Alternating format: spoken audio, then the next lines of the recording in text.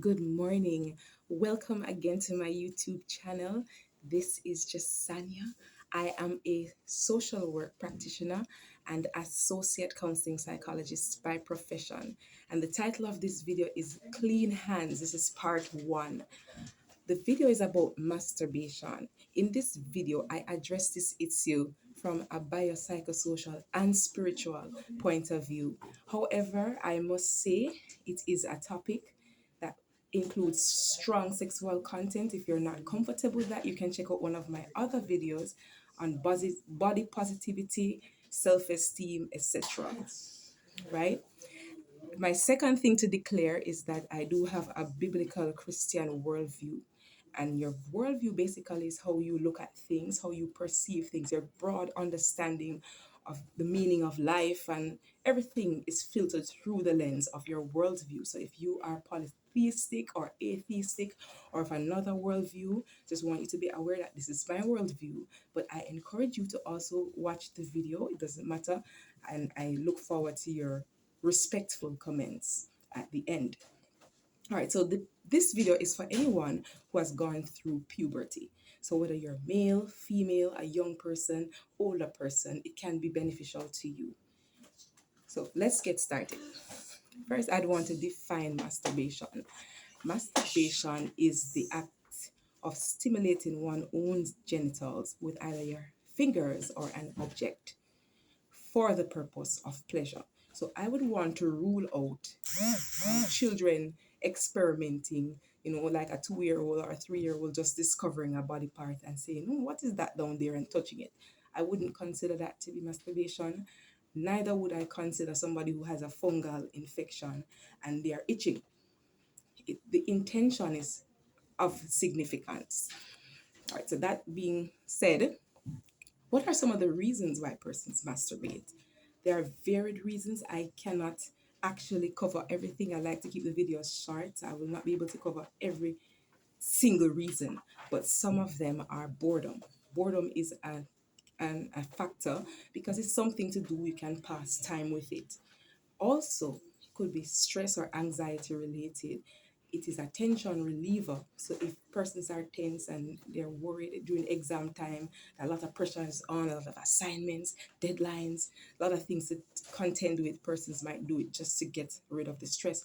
But just to mention that there are many other ways, non-sexual ways that people can release tension and experience relaxation.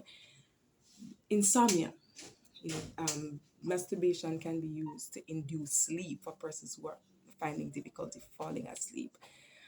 It's also used when persons are aroused, they just want to get a release. There's a buildup of sexual tension and they just want a release from it. So that's another reason why persons would masturbate as well, or depending on what they are watching. If they are looking at things that have sexual content, that might also influence the activity. So those are some of the reasons.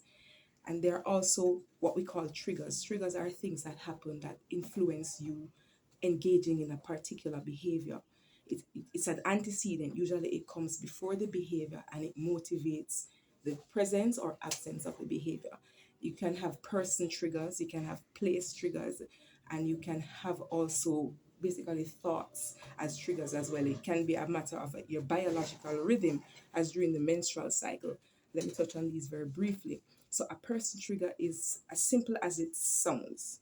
You actually like someone and you're thinking about them in a romantic way, and that could be a trigger for engaging in the behavior.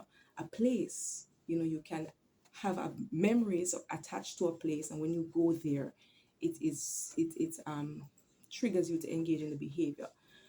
For instance, if you started masturbating in your bedroom, that's where you started doing it.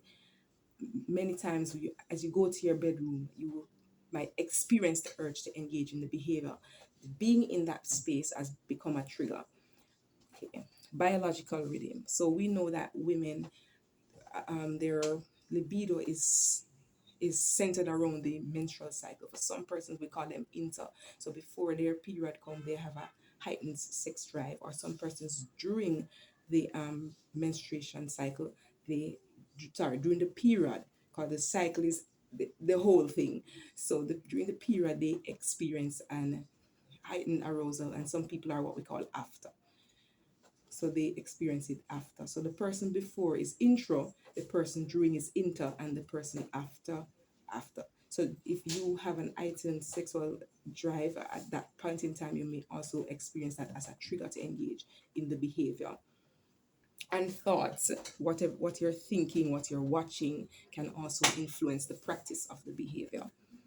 All right, so it is also associated with emotions. It could be associated with negative emotions such as sadness or depression, because you're getting a mood and you're trying to get out of that mood. You're trying to find your happy place. You're trying to do something that will cause you to feel better, and you could find that masturbation is that thing. Okay, so what are some of the consequences of it? What are some of the benefits first, and then I'm going to talk about the negative consequences. So the some of the benefits, as was mentioned, it can induce sleep.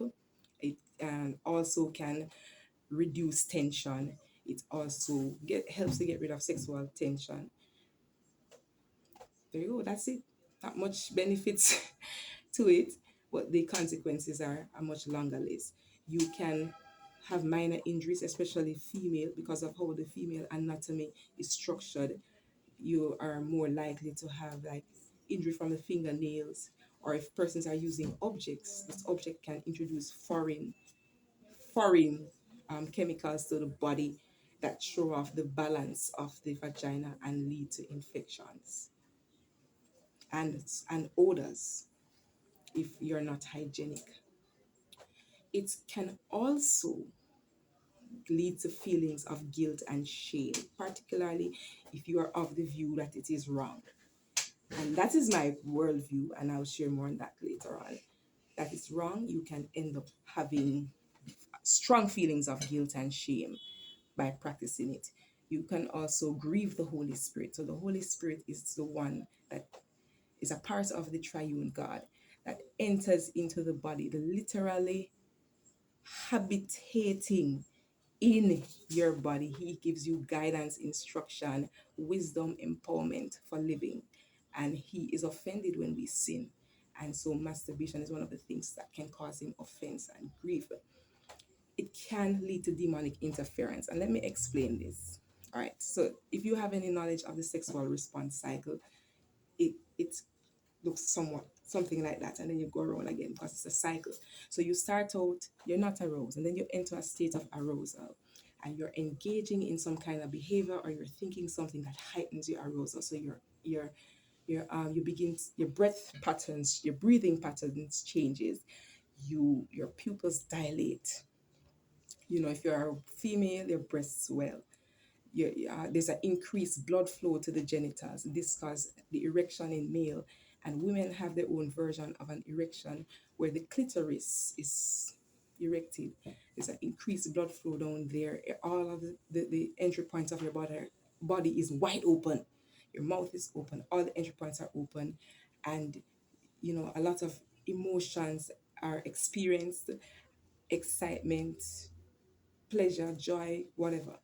And the oxytocin hormone is released. Now, let me tell you a little bit about oxytocin. It is it explodes in the body in two instances.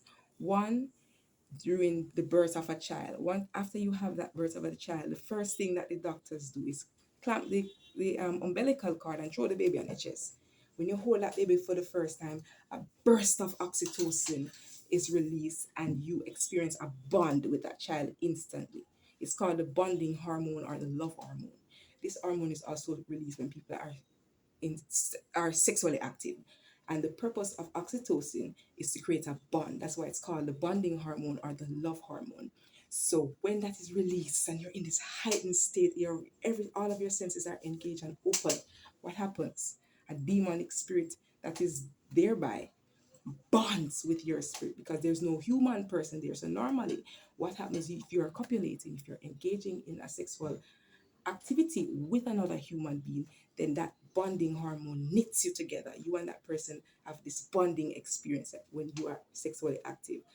But there's no person there, and the demonic spirit takes full use of this opportunity. So what we find among compulsive masturbators and persons who habitually practice it, irritability, mood swings, and a lot of aggression, violent behaviors, and these things are due largely to demonic interference. It's possible, laugh at me if you want to, but it is what it is. It Masturbation is also a gateway to other sexual deviant behaviors. All right. So when you masturbate, think about gateway drugs. So persons who start using alcohol and start using cigarettes or start using marijuana, they might start out as that, get an eye with it, they keep using that. Some persons go on from there to experiment with more hardcore drugs as a result of their experimentation with these, what you would say, lesser drugs. So masturbation is like that.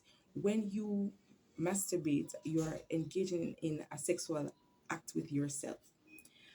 If this generation hardly does anything without taking a picture or looking in the mirror or taking a video. It's like you don't have any phone unless you have something to show for it, or that's the thinking. So, what a lot of persons do, they do it in front of a mirror or they do it and take a picture or a video. And then when they look at it, there's something that happens when you give your eyes to something. It, ac- it activates different regions of the brain. And remember, you are looking at yourself. Yourself is the same gender. Duh. You're a female, you're looking at a female engaging in a sexual activity, you're looking at the facial expressions that's happening when you're orgasm. You're seeing this and your brain is registering this. And it can sometimes encourage and lead to same-sex experimentation. So what I find among a lot of young girls who are masturbating, eventually they experiment with their one another. And this is particularly so in cases where there's a lot of access to persons of the same gender, like in the correctional facility or an institution or at the school, in the bathroom at schools. So they have moved from masturbating one step up into homosexuality, whether or not they become homosexuals or they're just experimenting with it. And another thing that can happen, what we know from the field of psychology in terms of addictions, how addictions are formed, there's a lot to do with the reward center of the brain. So you would hear words like dopamine. This is one of the neurotransmitters that plays a key role in pleasure, when you're getting pleasure, and when you are forming a habit or developing an addiction. So the brain is an organ. I like to say it's lazy. It likes to make work easy. So when you do something over and over, the brain says, okay, so this thing is here to stay. I need to create a pattern that makes it easier to engage in this behavior. Think about a football stadium. So you have the football field and you will have the stands, and you want to get to the stands. So you usually would walk all the way around the football field, around the perimeter of it, to walk up to the stands. But you realize, I'm walking around here a lot. This is longer. I want to make a shortcut. So you walk across the football field. If enough people walk across the football field back and forth, over time the grass stops growing in that area. You just see a little line, a little dirt track form. The brain is like that. So the brain is made up of neural circuits. These neural circuits transmit chemical and electrical impulses, and these impulses govern what we do, how we think, and so forth. So when you keep on engaging in this behavior, the brain literally makes shortcuts that makes it easier and easier for you to engage in this behavior. So you find yourself doing it more and more, or having less control over whether you start and stop this practice. So that is one of the things. It can lead to addiction. And when it becomes an addiction, you have an increase in tolerance. So your body gets used to it. You keep doing this so much now, your body gets used to it. So one the hand is not enough anymore. You have to try something more outrageous to get the same kind of pleasure that you started out with. So you start with, then you get on to objects, and then you move from there. That's not enough. Some people go on to, they're going out in public, they rub themselves on others, or they try to cajole the people into the activity with them. And so this is the springboard for things like indecent assault, gross indecency, rape, abduction and rape, aiding. And I've worked in the court system for several years as a social work practitioner for 12 years. I have spent several years in the court system and I've seen the court list. Most of it, a lot of it, sometimes half of the list is entirely sexual. And I'm talking about court that deal with children because I specialize in working with children. So so it you see a lot of it: buggery, indecent assault, gross indecency, gross grievous sexual assault, gross grievous sexual assault, all sorts of stuff. And I'm not talking about just 17-year-olds, 16-year-olds. I'm talking about 14-year-olds, 13-year-olds, 12-year-olds. And if the criminal age of responsibility was younger, we would even see younger children being charged for these offenses. But when these younger children, like 10 and 11, engage in these behaviors, they put them before the court as being in need of care and protection. So this is big. Sissoko can talk about this. Sexual deviant behaviors is very prominent in our culture. And one of the springboards, one of the opening doors to these behaviors is masturbation. All right, this is all the time that I have for right now, but I am going to release part 2 of this video, Clean Hands. Thank you for tuning in with me. So in the upcoming video, we're going to look at some more negative consequences as well as insights from the field of behavioral sciences, psychology, social work on how to reverse bad habits as long as the biblical perspective, that's the meat of the matter. The Bible, what does the Bible say, and how can you be delivered from masturbation? Thank you for tuning in. Share, like, comment, and keep your ears on the ground for part 2.